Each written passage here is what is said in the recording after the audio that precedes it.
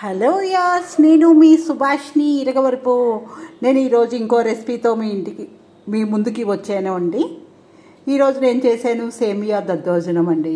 సేమియా దద్దోజనం వేసవకాలం మనం పులిహారలు, పొంగళ్ళు, దోశలు, ఉప్మాలు ఇవన్నీ తినే బదులు మనం పెరుగుతో చేసుకుంటే కడుపుకి చల్లగా ఉంటుంది, హాయిగా, మనకి చాలా ఈజీ కూడానండి. ఇది ఇప్పుడు ఎలా చేయాలో నేను చెప్తానండి. ఫస్ట్ మనం చూడండి ఎంత బాగుందో. మనకు కావాల్సింది ఒక ప్యాకెట్ పెరుగండి. ఫస్ట్ మనం ఒక 2 కప్పులు సేమియా అయితే మనకు ఒక ముగ్గురికి సరిపోతుందండి. 2 కప్పులు సేమియా బాగా నీళ్లు మరిగించేసి సేమియా వేసేసి నిమిషం ఉంచి తర్వాత మనం వడగట్టేసుకోవాలండి సేమియాలు.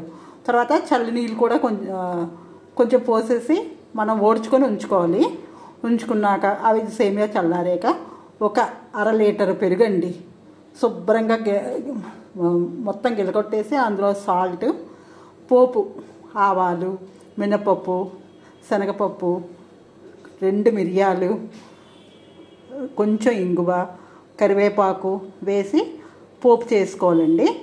తిరగమూత చేసుకొని ఈ పెరుగులో కలిపేసి తర్వాత ఈ సేమియాలు కూడా కలిపేసుకోవాలండి.